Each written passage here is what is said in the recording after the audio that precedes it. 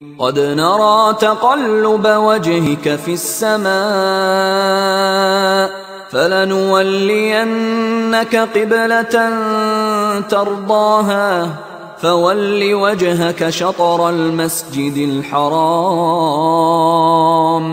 وحيث ما كنتم فولوا وجوهكم شطره وَإِنَّ الَّذِينَ أُوتُوا الْكِتَابَ لَيَعْلَمُونَ أَنَّهُ الْحَقُّ مِنْ رَبِّهِمْ وَمَا اللَّهُ بِغَافِلٍ عَمَّا يَعْمَلُونَ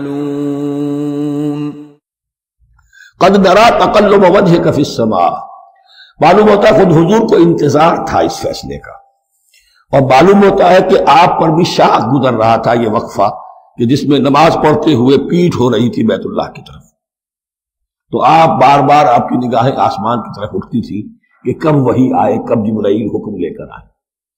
قد نرى تقلب وجهك في السماء، اے نبی ہم نے آپ کے چہرے کا بار بار آسمان کی طرف اٹھنا دیکھ لیا ہے۔ فَلَنُوَلِّيَنَّكَ قِبْلَةً تَرْضَاهَا، اس آیت میں بڑی شفقت، بڑی محبت، بڑی عنایت ہے محمد رسول اللہ صلی اللہ علیہ وسلم کے لیے اللہ کی طرف سے۔ تو ہم بدلے دیتے ہیں، پھیرے دیتے ہیں قبلہ جو آپ کو پسند ہے۔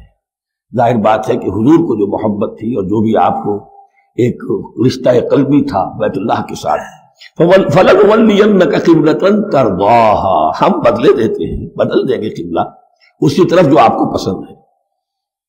فَوَلِّ وَجْهَكَ شَطْرَ الْمَسْجِدِ الْحَرَامِ، تو بس اب پھیر دیجئے اپنے رخ کو مسجد حرام کے رخ پر۔ وَحَيْثُ مَا كُنتُمْ، اور مسلمانوں جہاں کہیں بھی تم ہو، مدینے میں ہو یا کہیں اور ہو، مغرب میں ہو، شمال میں ہو، جنوب میں ہو، کہیں ہو، فَوَلُّوا وُجُوهَكُمْ شَطْرَهُ، تو اپنا چہرہ نماز میں اسی کے رخ پر پھیرو۔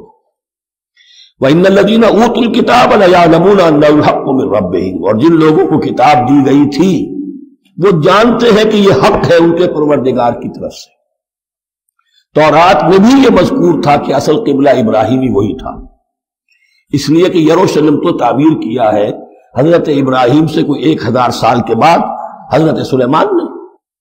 یہ جو بھی ہیکل سلیمانی ہے کم سے کم 1000 برس کا فصل ہے حضرت ابراہیم اور حضرت سلیمان۔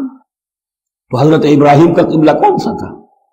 وہ بھی مولانا امین احسن اصلاحی صاحب نے اردو میں ترجمہ کیا ہے مولانا حمید الدین فراہی کی کتاب کا، اور وہ بہت اہم ہے اس موضوع کو سمجھنے کے لیے۔ بہت سے مسلمان مفسرین نے بھی اس میں ٹھوکر کھائی۔ ان الذین اوتوا الکتاب لیعلمون انہ الحق من ربہم وما اللہ بغافل عما یعملون، اور اللہ غافل نہیں ہے اس سے کہ جو وہ کر رہے ہیں۔